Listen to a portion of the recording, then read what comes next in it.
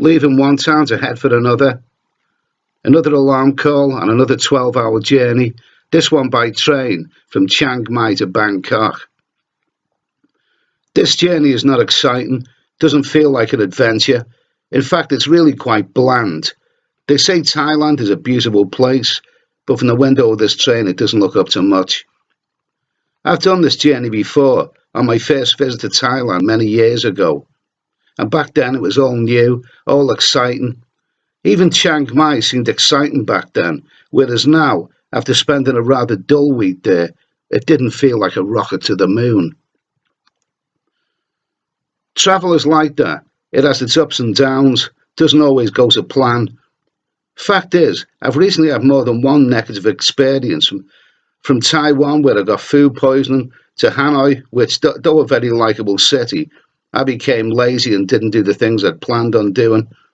And then Chiang Mai, which seemed like one of those "what am I doing here" places. The problem when you are travelling for months on end is that you can lose the spark, the enthusiasm for adventure, and become travel weary. I've been doing this lifestyle for the best part of 2 decades. This means I'm much older and more cynical than I used to be. The travel bug enthusiasm that I see in younger people is the one that I used to have. And when you hit a bad patch, it can so easily snowball, leaving you in the wrong frame of mind.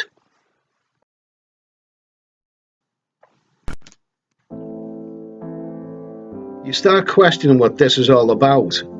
Why do I do this lifestyle? Why is my life built around travelling from one country and town to the next? Working hard in the UK while planning to escape the dullness of the place?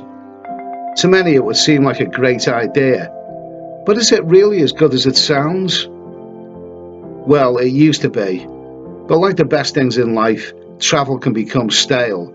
And yes, during those negative patches, you start questioning your own lifestyle.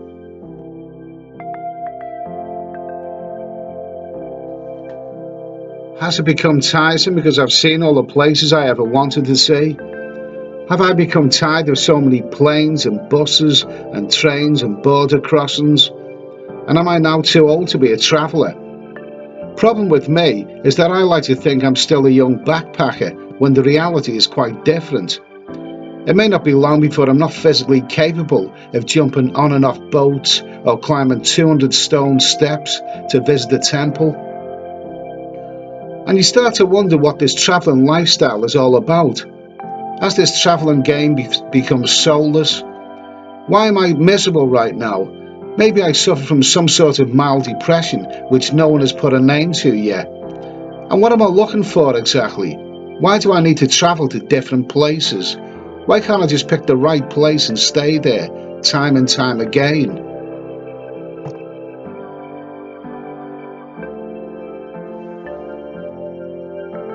Well, the fact is, I still can't bring myself to stay in one place. I mean, which place? Well, it's got to be somewhere that has everything I'd want. I suppose Pattaya would fit that bill. Great fun place to be sure, but who wants to stay there for 6 months a year? I just get the feeling Pattaya is a great place to visit, but not a great place to spend 6 months. I'd go crazy long before that time was up. Sporadically, Pattaya is the best way for me anyway.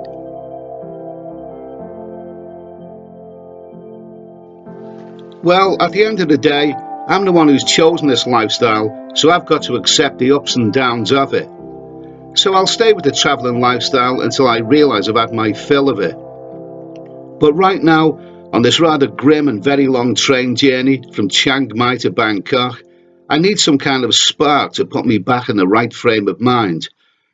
The recent travelling experiences have not been what they should have been, and one thing which has been noticeably absent is female company of any sort. That's right, ladies. Where have they been recently? It's only now that I realise I haven't had a woman for, well, it seems longer than it really is. From the shady looking girly bars of Taipei, which I didn't participate in, to the 40-year-old rough looking working girls of Hanoi, who looked like they just wanted to steal my wallet. And then the dullness of Chiang Mai left me feeling some kind of spark was gone, and I simply couldn't be bothered to go searching for any women. The end result is that I, as a heterosexual male, haven't had any fun with the ladies recently. And isn't that an essential part of solo travelling? I mean, don't get me wrong, I don't regard myself as a sex tourist. I visit different exotic countries, I see important cultural sites. I am first and foremost a traveller. Those beautiful exotic Asian ladies are just the icing on the cake. The problem I'm having right now is that I feel like I'm eating a cake without any icing, and I really could do with a bit of icing. Well, I left the hotel at 7:30, got the train 8:50, and it's now about 8 p.m. So that's basically an 11-hour journey anyway. So I'm glad that it's over. Bangkok awaits, and I'm really glad to be here. So this is Bangkok, one of the great cities of Southeast Asia and another place where I sporadically return to. Sometimes it's good, sometimes it seems a necessary evil, but it's the most visited city in the world for a reason.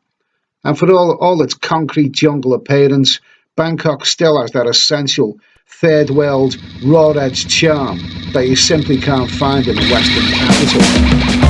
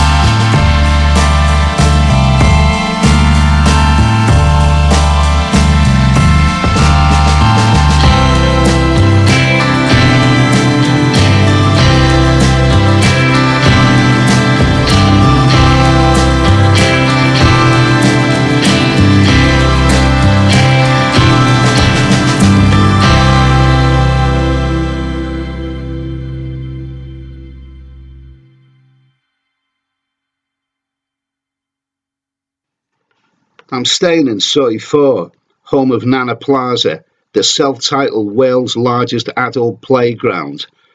Okay, so that may be an exaggeration, but from the moment you see Nana area, you can't deny the excitement, the buzz of this place. Lights, music, crowds, beer, food and girls, everything gets you head on as soon as you enter Soi 4. I've had my adventure, I've taken a gamble and visited places where I didn't know what to expect, I've done the cultural stuff. Now it feels great to be in a place which I feel more familiar with, know more or less what to expect, and it feels good to be here. As I arrived in Soi 4, I felt uplifted. Those long moments of boredom, those moods I felt in other places, now seem to be behind me. I was back here in Bangkok, a city full of life, and I was giving life back to me. And now what I needed to cement that life was the one thing that had been missing from my recent travels. As a heterosexual male with heterosexual needs, I needed an intimate encounter that was going to put me back on track. What I needed right now was a hot, sexy lady, and boy, did I get one.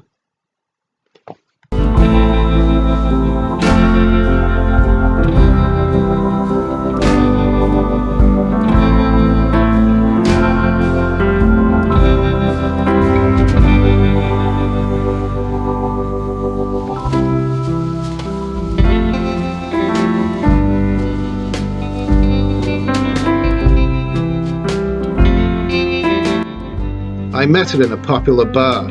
It was ran with people and had a great live band. And she was having a laugh with several other Thai women, all of them a good age, about 30. From the moment I set eyes on her, I thought, My God, she's beautiful. She had the face of an angel and the body of a porn star. It's amazing how you can take to these women.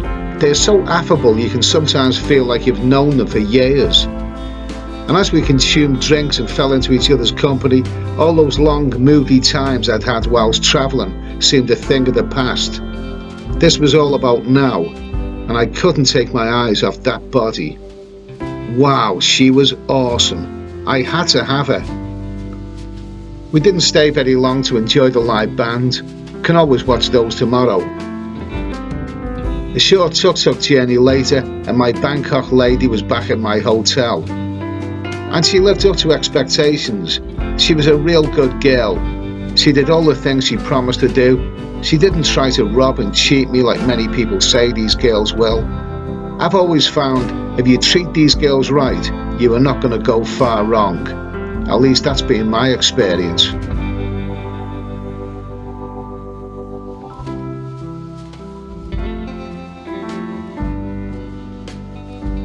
I had a fantastic night with this beautiful lady.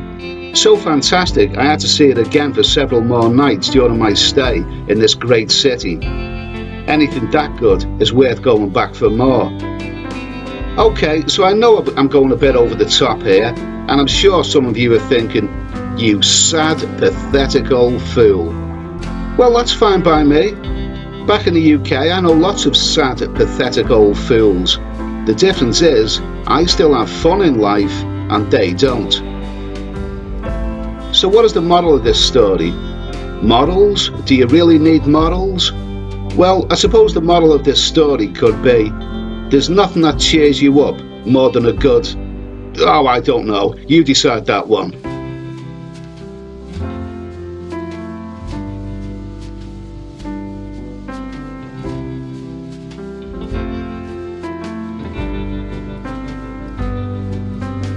So this is Bangkok, the city I dreamed of visiting many years ago. It took a long time and many visits to really get to like this place. But after this memorable 4-day visit, I decided this city, for all its rising prices and fading raw edge charm, is still a truly great place to visit. This city had put me back on track after the travelling disappointments I'd felt recently. Once you get to grips with Bangkok, you realise it really is that city where you live out those dreams you once had. It may not be the charming third world city it once was, but it's still Bangkok, and it can still deliver your dreams.